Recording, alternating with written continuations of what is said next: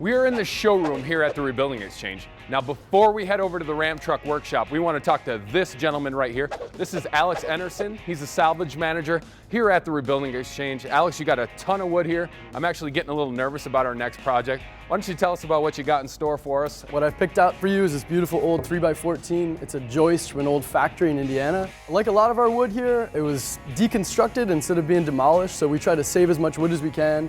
Stuff that would hit the trash otherwise. We bring it in, we sell it to customers like you to use for projects. Okay. What I think we're gonna do is use this stuff to make a mantelpiece, or sort of like a top shelf for your mantle at home. It's got the depth, it's got the thickness, it's got nice patina, it's beautiful old center cut Doug fir, and it's gonna look great cleaned up in your house. But before we can start this beam on its road to becoming a mantle, we need some supplies. We're using 3 kinds of brushes: a steel brush, a bristled brush, and a softer brush. We're gonna need a hammer and cat's paw to pull the nails, and a tape measure and reciprocating saw to cut the beam to length. Then we'll sand it with a belt sander and an orbital sander. Of course, we'll also need safety gear for all that. And finally, a tack cloth and some shop rags to clean up the wood before finishing with a mixture of turpentine and linseed oil. First step, clean up the wood. We're gonna just clean them up, just get the dirt off. We are gonna wanna wear our dust protection masks because this stuff is dirty, filthy. It's possibly got mold on it. Yay, mold! I know, right? All right, cool. It's gross stuff, but we'll clean it up. So our first tool today is gonna be a good old steel bristle brush.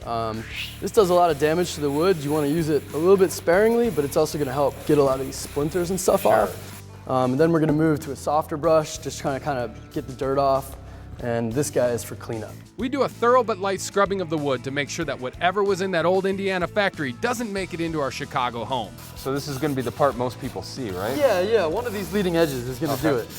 Have to decide which one. Next step is to yank out these nails. That's what the claw end of the hammer is for. But Alex estimates this beam at 100+ years old, so they might be a little tricky.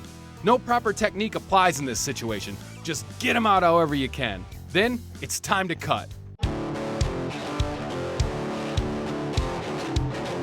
Alex marks the line for his cut, giving an extra 1/16 of an inch to account for the width of the blade. He's got a speed square to help, but really any straight edge will do. Same with the saw. We're using a reciprocating saw, but you could use anything from a handsaw to a chainsaw.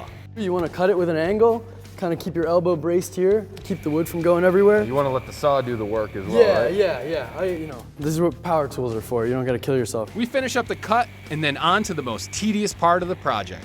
It's prepped, it's dimensioned. Now we just sand for like 2 hours. I hope y'all are going to stick with us for those 2 hours, okay? Alex wants to sand the top surface, but leave the leading edge looking natural. We're using a belt sander with 50 and 80 grit sandpaper, and then an orbital sander at 120 and 220. These are easily rentable from most home centers, or you could buy them for about $50 each. Once we're done, and it really does take about 2 hours, we can clean the area and get ready to finish the mantle with Alex's turpentine and linseed oil mix. I'll show you how hard it is. It's basically 1-to-1 linseed mason oil jar and or turpentine. something? Yeah, you wanna shake it. So Okay. something with a lid. Before the oil goes on, we should take a tack cloth, or in this Okay. case, microfiber. Sure. These are great. give it a once over Yeah, here this will first. kind of pull all the dust out of the pores. See all that stuff? Yeah. You don't want that in there when you finish it. Finally, we pull out a clean shop rag and soak it with our linseed turpentine mix.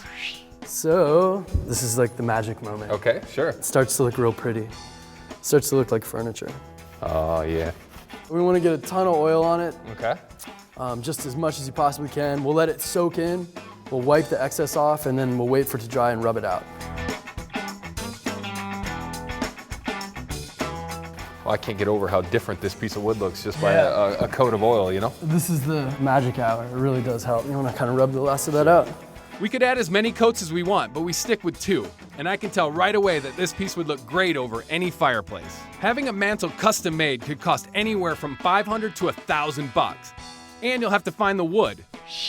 In the Ram Truck Workshop at the Rebuilding Exchange, we did it for just $40. Easily a half-day project. This one is still totally worth the time and effort.